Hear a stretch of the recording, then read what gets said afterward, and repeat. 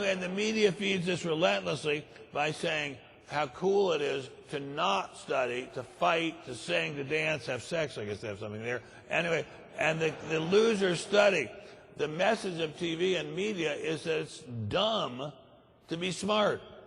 But more than that, we have the collapse of the social, economic, emotional, family, and moral structure of the family, at the family level of America. America is disappearing. I said family once, 2 months there. The family is disappearing from the bottom up. The real question we should be asking in America is, how do we save the family? How do we prevent the collapse of the American family? How do we deal with families headed by one wildly overworked woman? How do we turn around kids who have no idea of how to learn, no idea of the value of education, no idea of how to behave in a way that's responsible to their families, their communities, their country, and themselves? How do we keep the granite bedrock of our society, the family and the community, from turning into a muddy morass of irresponsibility? I'm worried about the terrorists in Afghanistan and about the terrorists in Iraq, but I'm much more worried about the terrorists in gangs in Los Angeles County and in Riverside County and San Bernardino County and all over America. Many more Americans are killed every year by gangbangers, many more than were killed by the terrorists on September 11, 2001. But I think the #1 problem in America right now is lack of community. We have money, technological, well, a lot less money than we did a year ago, but we have money, technological luxury, amazing access to material goods, but we don't have a feeling that we give much of a damn about our neighbors. Martin Luther King Jr., again, my inspiration, said that America had made of itself a neighborhood by virtue of its technological prowess, but not a brotherhood. Now we're not even a neighborhood anymore. We don't care about our neighbors. Unless you live in a small town in Idaho or a small town in Washington State or somewhere, we don't care about our neighbors or our neighbors' kids. We don't care about our families. We don't care about our extended families. And this goes all the way up to the executive suite. How else can you explain the looting of America by its top corporate officers except that they don't know or care about their stockholders? How else can we explain the corporation's top executives feathering their own nests as they relentlessly cut back on their employees' careers, income, and benefits?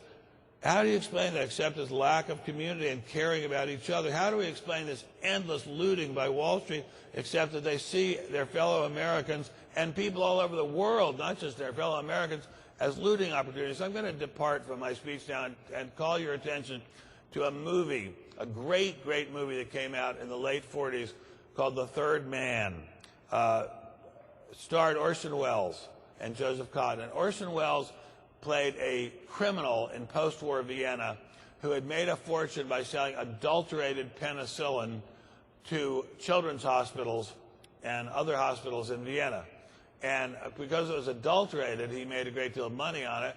And because it was adulterated, people who were given it did not survive and got horribly crippled and or died.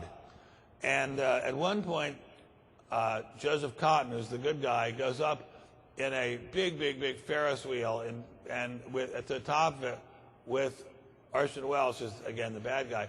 And he says, and Joseph Cotten says, "How could you do that? How could you do that to your fellow human beings?" And Orson Welles says, "Look down there at those people way below us. They're just dots. Way below us, they're just dots. If each one of those people stopped moving and you got $10,000 for each one who stopped moving, how many of them would you have stop moving?" That's a horrible, horrible attitude, but I think that is the attitude in much of America today. And it's a very, very crummy, awful attitude.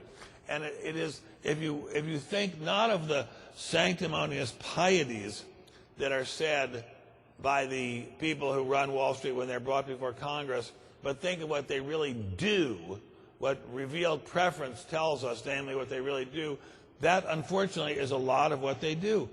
How are we going to fix this? People come to me all the time as I'm talking about this and say, well, how are we going to fix this? I mean, how do we fix it? And they say, who's available, who's any kind of role model nowadays? Certainly not politicians. So I say, well, I'll give you an example. I often say to these people, I live in Malibu part of the week, and people say to me, well, what's it like? You live near Nick Nolte, I guess he used to be a star. You live near Barbara Streisand, she's a real star. You live near Martin Sheen, he's a big star. What's it like living near those real stars? And I always say to them, those people are not the real stars. Those people are actors, actresses, singers, performers. They're very well paid, they're often very talented, but they're not the real stars. The real stars are people putting on police uniforms, firemen's uniforms, putting on teachers' uniforms, working in homes with autistic children. The real stars are putting on battle dress uniforms over body armor in Kirkuk and Mosul and Ar-Ramadi and Khost and Baghdad and Kabul. And those are the real stars. And those people, and I will say also, the ordinary wife and mother taking care of children with absolutely no gratitude, absolutely no appreciation, is also a real star. And I'd say the person traveling around the country and going out, showing up at meetings and traveling even when he's got the flu, or traveling when he's not feeling well, or traveling when he's got food poisoning, and helping out and getting his job done so he can support the family, that's a star too. And I think to myself, why don't we start rewarding these people? Why don't we learn how to reward these people? And I think to myself, people always say to me, well, how did you learn that attitude? And I say, well, it starts in the home.